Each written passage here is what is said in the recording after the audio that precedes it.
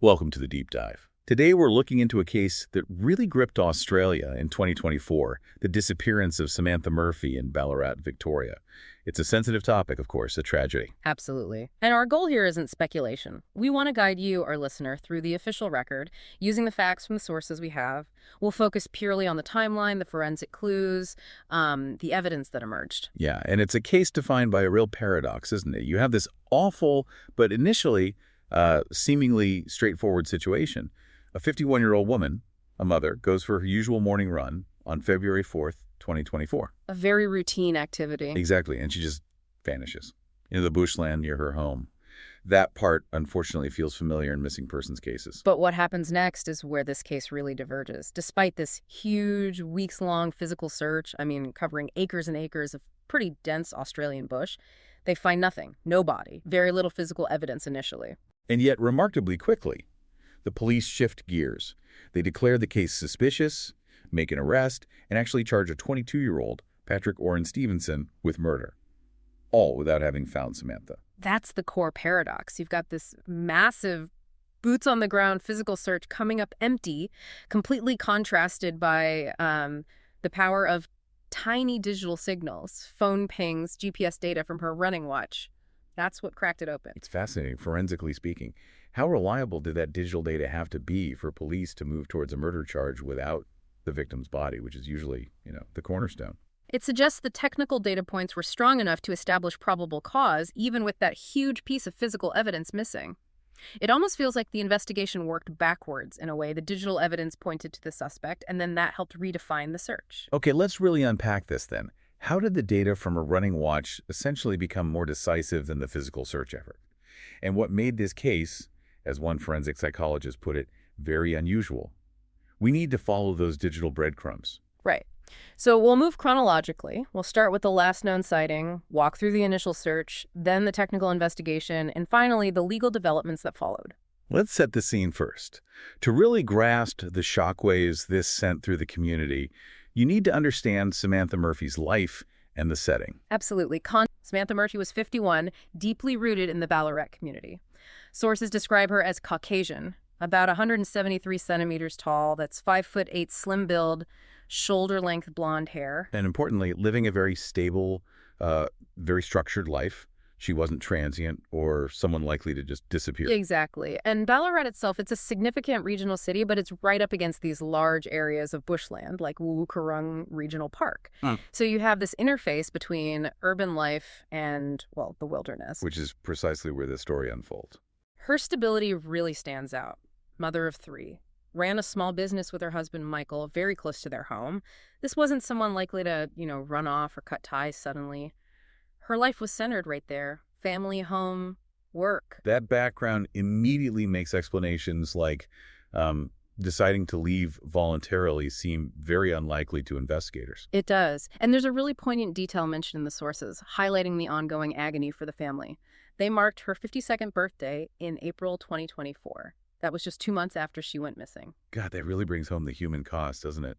A family just suspended in uncertainty, waiting for answers while marking these milestones. It underscores the reality behind the forensic data points we'll be discussing. A family relying entirely on this investigation for closure while living through this prolonged night. And the events leading up to that day were just so ordinary. That contrast makes it even more jarring. Well, the night before, February 3rd, she was having dinner at home with her husband, Michael, and some friends. And sources say she talked about her plans for the next morning. Which were? A specific fitness goal. She planned to run 14 kilometers, that's about 8.7 miles, and she intended to run it through the local bushland, specifically within Woo-Kurrung Regional Park. So her intention was known. That's vital for investigators, right? They didn't have a guess where she might have gone. Precisely. Her planned route and distance gave them a clear geographical starting point for that initial physical search. That was crucial before the digital evidence began to paint a different picture. And we have a very tight timeline for her last confirmed sighting. Yes, CCTV footage captured her leaving her home, actually in the driveway, at approximately 7 a.m. Australian Eastern Daylight Time on February 4th, heading out for that run. 7 a.m. That's the starting pistol for this incident window. And the alarm wasn't raised much later. No, just 4 hours later.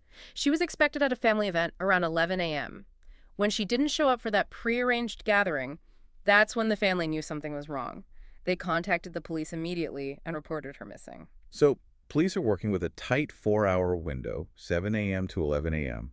They know the intended location, Wu Karong Park, and they know her specific activity, a solo run. That's a relatively focused start for a missing persons case. It is.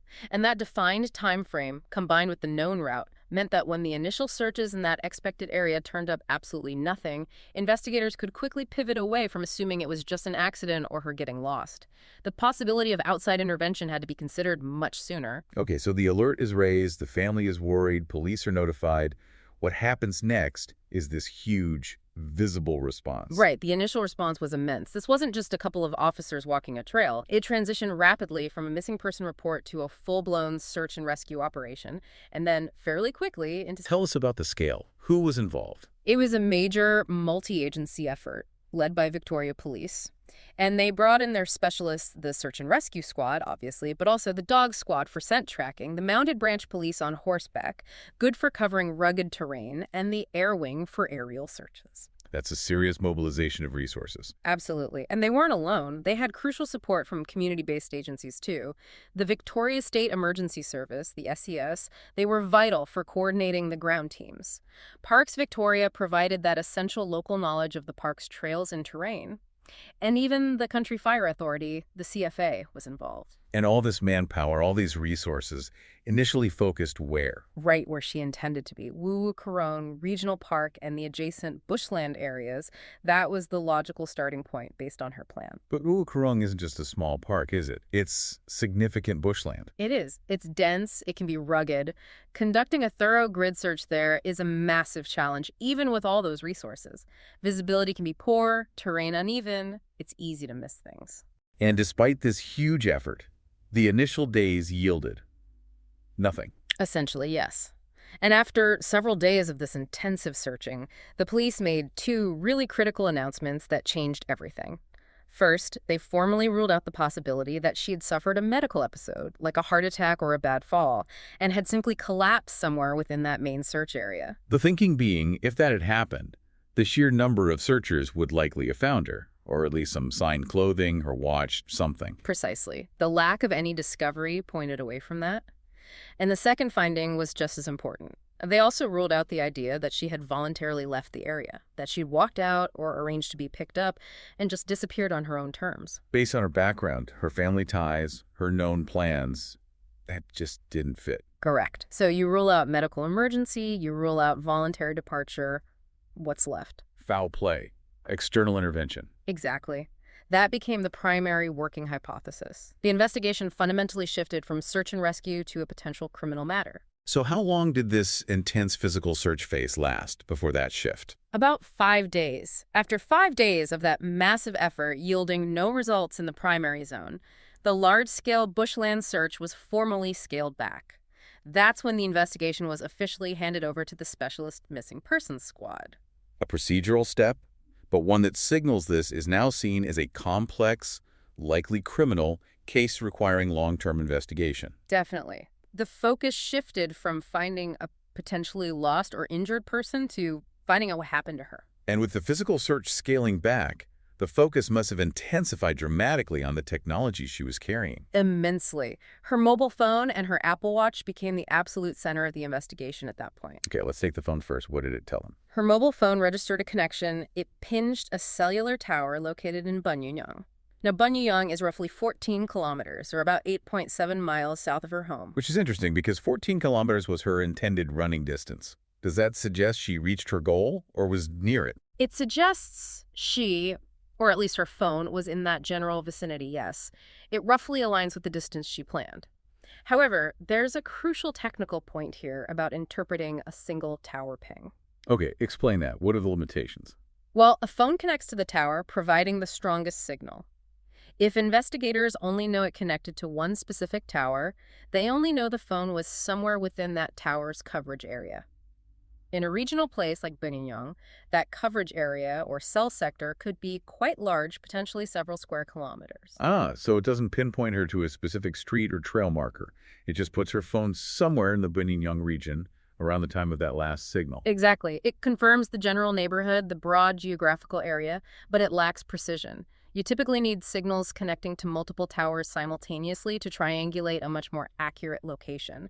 So the single ping was a clue, a direction, but not the X marks the spot. Got it. So useful but broad.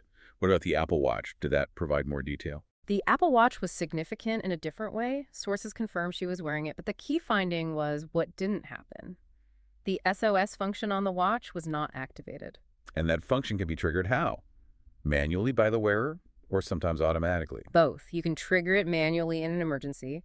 And some models have fall detection. If the watch senses a hard fall followed by inactivity, it can automatically trigger an SOS call and message to emergency contacts. So the fact it wasn't activated is telling? Highly telling. It suggests a couple of possibilities. Either whatever happened was so sudden, so fast, she had absolutely no time or opportunity to manually trigger the SOS, or the nature of the event wasn't a typical fall that the watch's sensors would recognize and automatically trigger for. Both of those scenarios seem to point away from a simple accident or medical event and more towards A sudden external intervention, an attack, an abduction, something abrupt that prevented her using the safety feature or didn't register as a standard fall. Okay, now this feels like the real turning point we discussed earlier.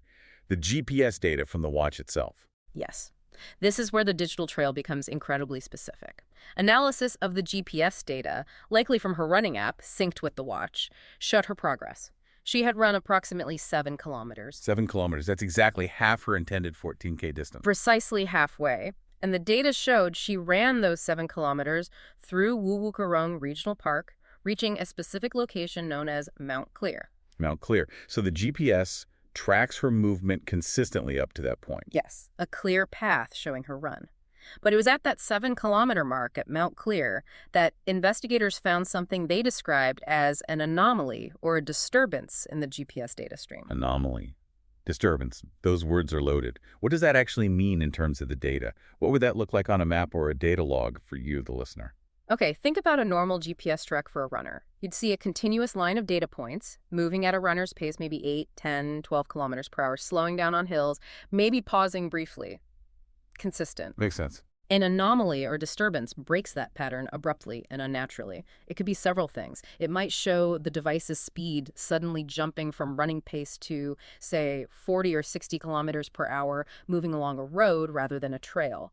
That would strongly suggest the person, or at least the device, was suddenly put into a vehicle. Right. An impossible acceleration for a runner.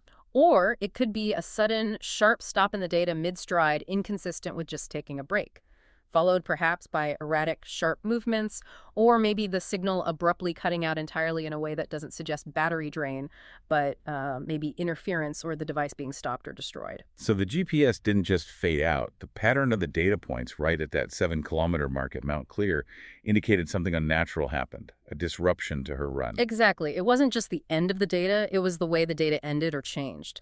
That specific 0.7 kilometers Mount Clear became the digital equivalent of a crime scene marker. It pinpointed the exact location where her run was unnaturally interrupted. That's huge. It transforms the investigation, doesn't it? Yeah. It's no longer about searching the entire park for someone who might have collapsed anywhere. It's about focusing intensely on that spot. Absolutely. It provided the critical focus. The investigation wasn't just looking for a missing person anymore. It was looking for evidence of what happened to that person at that precise location and time, suggested by the watch data. This technical finding must have been the catalyst for formally reclassifying the case. Certainly seems that way. Remember, the massive physical search concluded after 5 days, having ruled out accident or voluntary disappearance in that primary zone. And the missing persons squad took over. Yes, confirming this was now a complex, long-haul investigation. And then came the public shift. By February 23rd, so less than 3 weeks after she vanished, the police made a very significant public statement. What did they say? They stated publicly that they suspected Samantha Murphy was deceased. That's a huge step to take without having found a body. It signals a very high degree of confidence in their interpretation of the evidence they did have. Which, at that point, must have been heavily reliant on that digital data. The GPS anomaly, the phone ping, the lack of SOS activation. Almost certainly. They must have felt that circumstantial and digital evidence was compelling enough to rule out any realistic hope she was still alive and simply missing. They also added another crucial piece. They stated they believed one or more parties might have been involved. Suggesting they were looking at a criminal act, not just an accident where someone panicked. Correct, and they explicitly mentioned they were probing the possibility that her body had been removed from the initial location. Which neatly explains why the massive 5-day search of Wuwukarong Park and Mount Clear hadn't found her, if she was taken from there. Exactly. The hypothesis became incident at Mount Clear, followed by removal of the body. This narrative shift justified the failure of the initial search and cemented the reliance on the forensic trail left by the technology, rather than expecting physical evidence right at that 7-kilometer mark. So the police narrative evolved quickly. Ruled out accident, established a likely criminal event at Mount Clear based on GPS, and suspected body removal. That sets the stage for a homicide investigation, even without the victim. Precisely. It laid the groundwork for the next phase, identifying who might have been involved. And that digital pinpoint at Mount Clear, combined presumably with other intelligence, led police relatively quickly to a suspect. Remarkably quickly, considering the lack of a body. On March 6, 2024, just over a month after Samantha disappeared, police arrested Patrick Orrin Stevenson. He was 22 years old, from Scottsburn. Scottsburn. How far is that from Ballarat or Mount Clear? Scottsburn is a locality sort of southwest of Ballarat, putting him generally within the geographical area relevant to the incident and the potential disposal locations we'll discuss later. It wasn't like he was arrested hundreds of kilometers away. And the charges followed almost immediately. The very next day, March 7th, he was formally charged with murder. That speed, arresting one day and laying a murder charge the next, strongly suggests the police had built a very comprehensive circumstantial case before they made the arrest. They must have felt confident they could already link him, through evidence, to that critical time and place. That's the implication. They likely had evidence, perhaps his own digital footprint, like phone data, vehicle movements tracked by GPS or CCTV, maybe witness accounts placing his vehicle near Mount Clear around 7 a.m. that morning that lined up precisely with Samantha Murphy's GPS anomaly. Now, initially, there was a suppression order on his name. Can you explain briefly why that happens in cases like this? Sure. A suppression order is a court order temporarily preventing the media from publishing certain details, often the accused person's name or image. The main goal is to protect the integrity of the legal process. How so? Well, in a case with huge public interest and emotion, like this one, there's a risk that widespread media coverage focusing on the accused before a trial could prejudice potential jurors, or it might influence witnesses. The court tries to balance the public's right to know against the accused's right to a fair trial, free from undue prejudice. And that suppression order was eventually lifted. Yes, it was temporary. The court later decided the need for suppression was outweighed by other factors, possibly including the advanced stage of the investigation, or simply the principle of open justice. The sources also mentioned something else, that on May 3, 2024, months after the murder charge, Stevenson faced fresh charges.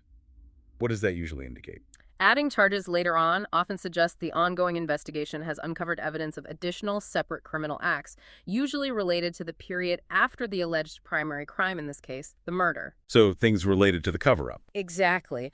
Things like interfering with a corpse, destroying evidence, perverting the course of justice by lying to police or concealing evidence.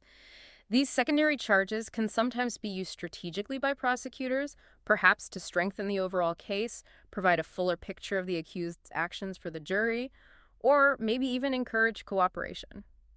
Let's dig into the police theory of the crime. They allege Stevenson murdered Murphy in what was described as a deliberate attack. That wording seems significant. It's very significant legally. Deliberate attack points squarely towards intent mens rea, the guilty mind. It signals the police believe this wasn't accidental, wasn't manslaughter that resulted from a lesser assault, but that the intention was to kill or cause grievous bodily harm resulting in death. Proving that intent is crucial for a murder conviction, especially without a body providing direct evidence of the cause of death. The sources don't specify a motive, but the deliberate part is key. Correct. And another crucial element of the police hypothesis is the lack of any known connection between Stevenson and Samantha Murphy or her family. They explicitly stated he wasn't known to the family. Why is that important? It steers the investigation away from common motives like domestic disputes, feuds, or crimes involving people who know each other. It points more towards an opportunistic crime or a stranger-on-stranger attack. This focuses all the attention on that specific geographical point of intersection Mount Clear, around 7 a.m. on February 4th, as the likely first and only significant contact. So the alleged crime scene, according to police, is Mount Clear, the place marked by that GPS anomaly. That's the core of their hypothesis. The digital data didn't just show where she stopped running, it pinpointed, in their view, the location of the fatal attack. Which brings us back to the massive legal challenge. Prosecuting a murder charge without the body, the corpus delicti. How do prosecutors in Australia typically approach this? Can you actually get a conviction? Yes, you can. It's difficult, but absolutely possible under Australian law. The prosecution has to build an overwhelmingly strong circumstantial case. They need to convince the jury beyond a reasonable doubt of several key things. Okay, what are those things? First, they have to prove that the alleged victim, Samantha Murphy, is actually dead. The police declaration helps, but they'll present evidence ruling out all other possibilities that she didn't just run away, isn't hiding, etc. Second, they must prove her death was caused by a criminal act, not an accident or natural causes. That's where the deliberate attack hypothesis comes in. Right. Third, and this is critical, they have to prove it was the accused, Patrick Stevenson, who committed that criminal act. This is where the digital forensics linking his movements to her disappearance at Mount Clear become paramount. And fourth, they often need to demonstrate evidence of consciousness, of guilt actions taken by the accused after the crime to conceal it, like moving the body or disposing of evidence. So that GPS anomaly essentially stands in for the physical crime scene evidence, and any evidence of him moving her or her belongings becomes proof of concealment and intent. That's largely how it works in these cases. The digital timeline has to be incredibly robust, placing the accused at the crucial place at the crucial time. His digital footprint phone location, maybe car telematics, CCTV footage showing his vehicle needs to align perfectly with the moment her digital footprint shows that fatal disruption. That linkage becomes the substitute for finding his DNA at a traditional crime scene. Okay, so for months, the case rested on this powerful but entirely circumstantial and digital evidence base. But then, in late May 2024, there was a major development. Physical evidence was found. A very significant breakthrough. On May 29th, months after the arrest, searchers found Samantha Murphy's wallet, which contained her ID cards, and crucially, her mobile phone. Finally, tangible items linking back to her. Where were they found? They were discovered during a targeted police search near a place called Durham Lead. Durham Lead. And where is that relative to Ballarat, Mount Clear, and Buninyong, where the phone last pinged? Okay, let's trace the geography because it tells a story. Durham Lead is located about 20 kilometers or 12 miles south of the center of Ballarat. Importantly, it's also about 4 kilometers or 2.5 miles further south than Buninyong, the location of that last mobile phone tower ping. So we have a clear geographical path emerging. Exactly. We can now map out a likely sequence based on these locations. Point 1. Mount Clear, 7 kilometers into her run, the alleged location of the deliberate attack marked by the GPS anomaly. Point 2. Buninyong, 14 kilometers from her home, the area where her phone last connected to the network, suggesting the path of travel after the incident at Mount Clear. Point 3. Durham Lead, 20 kilometers south of Ballarat, the location where her phone and wallet were ultimately found, presumably disposed of. Wow. Mount Clear attack, movement south through the Buninyong area, ending with disposal near Durham Lead. What does this geographical spread nearly 20 kilometers from the alleged crime scene tell investigators? It tells them two critical things. First, it strongly corroborates the police theory of body removal and concealment. The evidence wasn't left at Mount Clear. It was actively moved a significant distance away. Second, the distance involved, roughly 20 kilometers through regional areas, almost certainly implies the use of a vehicle. Right. You wouldn't carry items, let alone potentially a body, that far on foot easily. No. It suggests a planned, deliberate effort to separate the victim and her belongings from the initial crime scene, likely to hinder the investigation and discovery.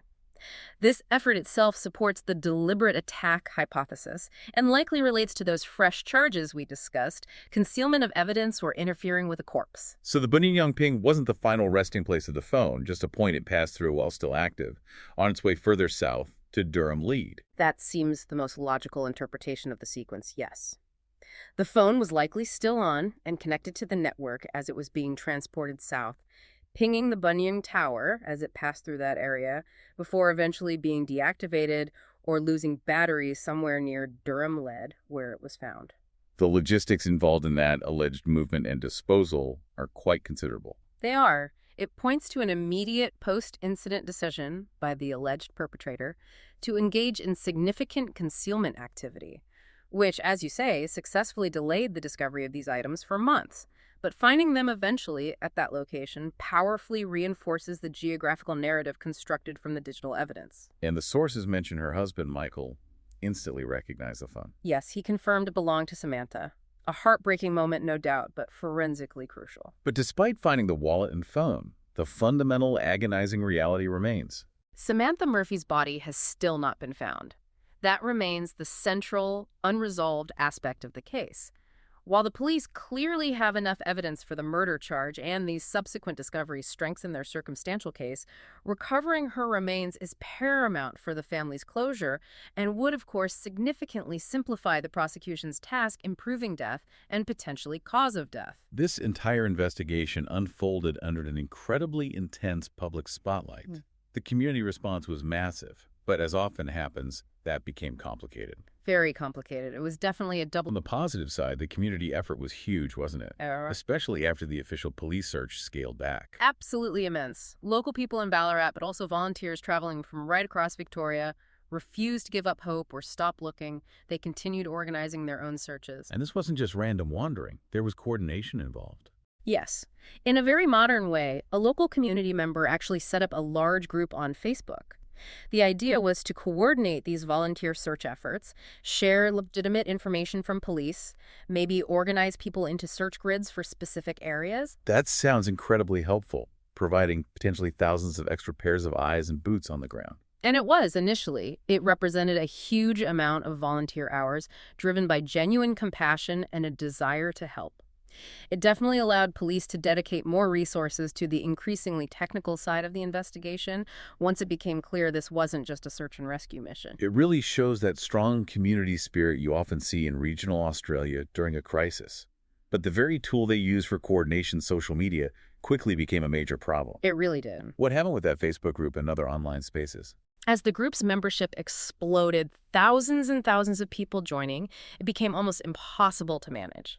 The signal got completely lost in the noise. The platform was just flooded with wild speculation, baseless rumors, intricate conspiracy theories. And not just theories, but active interference. Yes, you even had self-proclaimed psychic mediums joining in, offering visions, clues, and contacting police with supposed information derived from dreams or feelings.